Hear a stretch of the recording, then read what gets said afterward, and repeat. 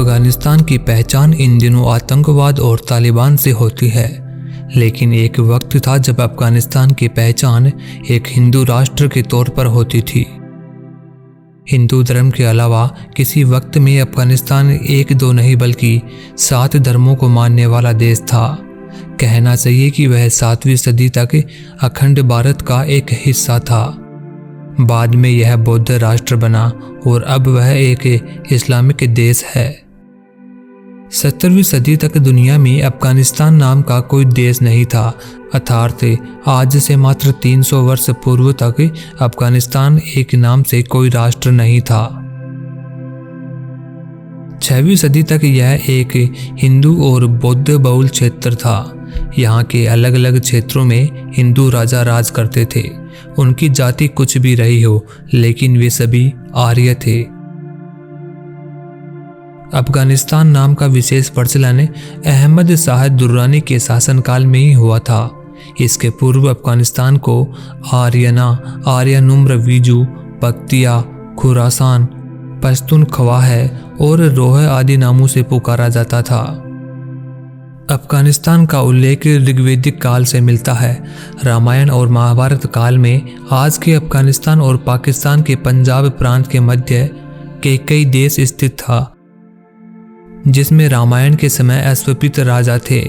रावण की माता केकसी और भरत की माता केकई इसी देश की राजकुमारियां थी। महाभारत काल में केकई देश की सेना ने 2 भागों में बंटकर पांडवों और कौरवों की ओर से धर्म युद्ध में भाग लिया था। राम के भाई भरत के वंशधरों का कई शताब्दियों तक बैक्ट्रिया और खोतान में शासन रहा था। आधुनिक काल में यूनानियों के यहाँ आकर सनातन धर्म अपनाने से यह क्षेत्र कला परंपराओं में काफी समृद्ध हुआ। 8वीं सदी से इस्लामी आक्रमण प्रारंभ हुआ, परंतु हिंदू राजाओं ने 300 वर्षों तक इन्हें आगे नहीं बढ़ने दिया। हिंदू राजाओं के बटे होने से यह क्षेत्र इस्लामी शक्तियों के हाथ में चला गया। अफगानिस्तान के प्रागैतिहासिक काल की बात करें तो यहाँ कंकालों और सबूतों से पता चला है कि आज से 50,000 साल पहले इंसान यहाँ आ चुका था, जो शायद पालतू जानवर पालने के साथ थोड़ी बहुत खेती भी करता था। ईसा के 700 साल पूर्व तक यह स्थान आर्यों का था। ईसा पूर्व 700 साल पहले तक इसके उत्तरी क्षेत्र में गांधार महाजनपद था, जिसके बारे में भारतीय स्रोत महाभारत तथा अन्य ग्रंथों में वर्णन मिलता है। आज भी अफगानिस्तान के गांवों में बच्चों के नाम कनिष्क, आर्यन, वेद आदि रखे जाते हैं। अफगानिस्तान में पहले आर्यों के कबीले आबाद थे और वे सभी वैदिक धर्म का पालन करते थे। फिर बौद्ध धर्म के प्रचार के बाद यह स्थान बौद्धों का गढ़ बन गया। अफगानिस्तान में रहते थे कभी 7 धर्मों के लोग। किसी समय अफगानिस्तान में 7 धर्मों के लोग रहते थे, लेकिन धीरे धीरे यह अब केवल एक इस्लामिक देश बन गया। तो चलिए आपको बताते हैं कि वो कौन से 7 धर्म हैं। हिंदू धर्म। हिंदू धर्म की बात करें तो वह अफगानिस्तान में हमेशा से ही था, या यूं कहें कि अफगानिस्तान हिंदू राष्ट्र ही था तो गलत नहीं होगा। बौद्ध धर्म। 300 ईसा पूर्व भारत आने से पहले कनिष्क ने अफगानिस्तान पर शासन किया। उसके जीवन पर बौद्ध धर्म का गहरा प्रभाव था। यही वजह थी कि वह जहां भी जाता वहां पर बौद्ध धर्म का प्रचार प्रसार करता रहता। बामियान शहर में बुद्ध की सबसे बड़ी मूर्तियों को चट्टान पर उकेरा गया था। आपको ध्यान होगा कि बामियान घाटी में 2001 में तालिबान ने बुद्ध की जो प्रतिमा तोड़ी थी वह दुनिया की सबसे बड़ी बुद्ध प्रतिमा थी। इस्लाम धर्म। अफगानिस्तान में इस्लाम धर्म 750 से 850 साल के बीच आया था। इसके बाद ही अफगानिस्तान में बाकी धर्मों के शासनकाल में बने मंदिरों, बौद्ध स्थलों को तोड़ा जाने लगा। इसी तरह दूसरे धर्म के लोगों ने अफगानिस्तान से पलायन करना शुरू कर दिया। ईसाई धर्म।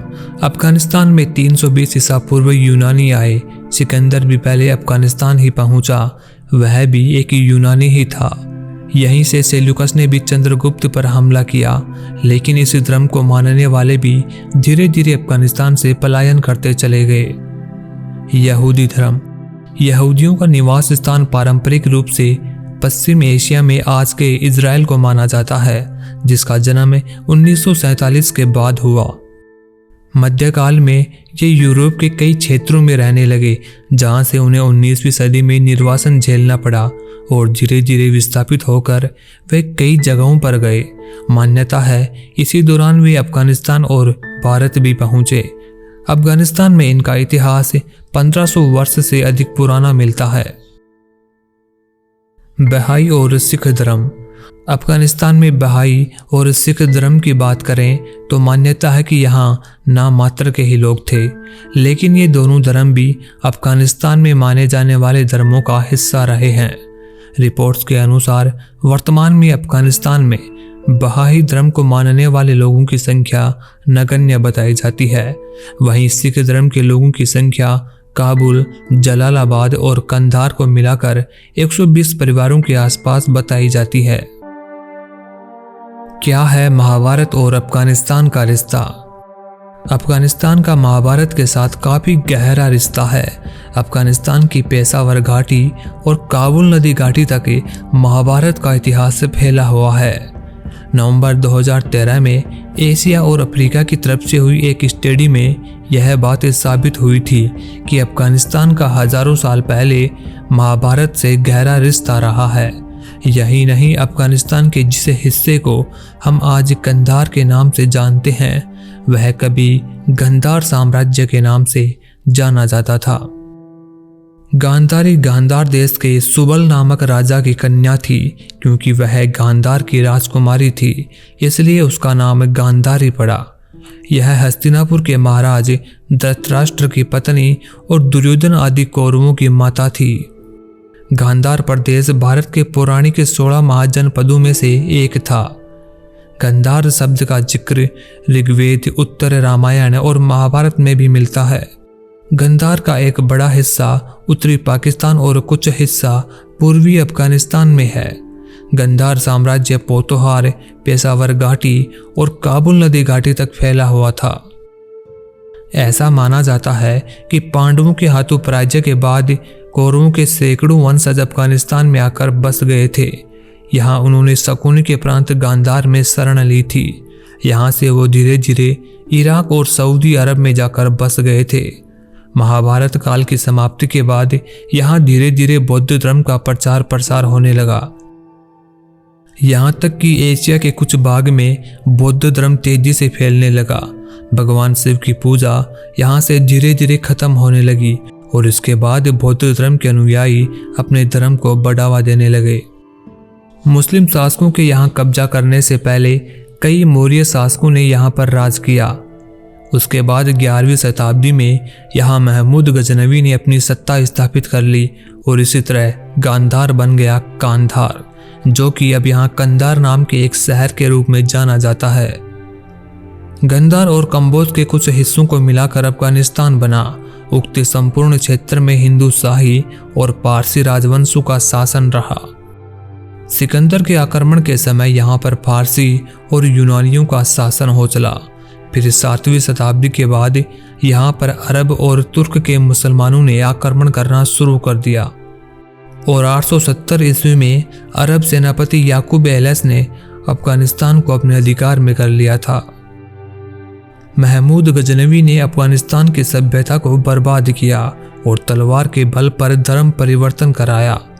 महमूद गजनवी ने सत्ता और लूटपाट के अलावा वह जीते हुए क्षेत्रों के मंदिरों, शिक्षा केंद्रों, मंडियों और भवनों को नष्ट करता जाता था और स्थानीय लोगों का धर्म परिवर्तन करवाता था।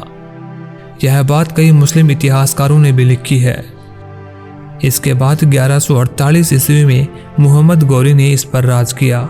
गौरी साम्राज्य के बाद मंगोलों ने इस क्षेत्र के बड़े हिस्से पर कब्जा कर लिया और लंबे समय तक बने रहे। 1405 ईस्वी में तैमूरलंग ने इसे अपने साम्राज्य में मिला लिया। 1500 ईस्वी के बाद बाबर, जो कि तैमूरलंग का ही एक वंशज था, इसने लगभग पूरे अफगानिस्तान को मुगल साम्राज्य में मिला लिया और अगले 200 सालों तक ज्यादातर समय इस पर मुगलों का राज ही रहा। बाद में यह दिल्ली के मुस्लिम शासकों के कब्जे में रहा। भारत पर अंग्रेजों के आक्रमण के समय अंग्रेजों ने अफगानिस्तान को अपने नियंत्रण में रखा और भारत से ही इस पर शासन किया। लेकिन वर्ष 1893 में सर मार्टिमर डुरंड ने भारत और अफगानिस्तान के बीच रेखा खींची, जो कि डुरंड रेखा कहलाई। वर्तमान में यह रेखा अफगानिस्तान और पाकिस्तान के बीच की सीमा रेखा है। 1919 से 1978 तक अफगान के अपने लोगों का शासन था। फिर 1978 से 1989 तक सोवियत यूनियन की सेना का शासन था। फिर 1989 से 1996 तक अफगानिस्तान तालिबान और अफगान सरकार की लड़ाई के दौर में रहा। फिर 1996 से 2001 तक तालिबान का शासन रहा और इसके बाद 2001 से 2021 तक अमेरिकी सेना का शासन रहा और अब फिर से तालिबान सत्ता में आ गया है। उम्मीद करता हूं दोस्तों आपको ये जानकारी बेहद ही पसंद आई होगी। इस वीडियो पर आपकी जो भी राय हो वो हमें कमेंट बॉक्स में ज़रूर बताएं। साथ ही साथ ऐसी और भी इंटरेस्टिंग वीडियोस देखने के लिए हमारे चैनल को सब्सक्राइब जरूर कर लें। साथ ही साथ बेल नोटिफिकेशन को भी ऑन करते ताकि जैसे भी कोई नई वीडियो आए आप सबसे पहले उसे देख सकें।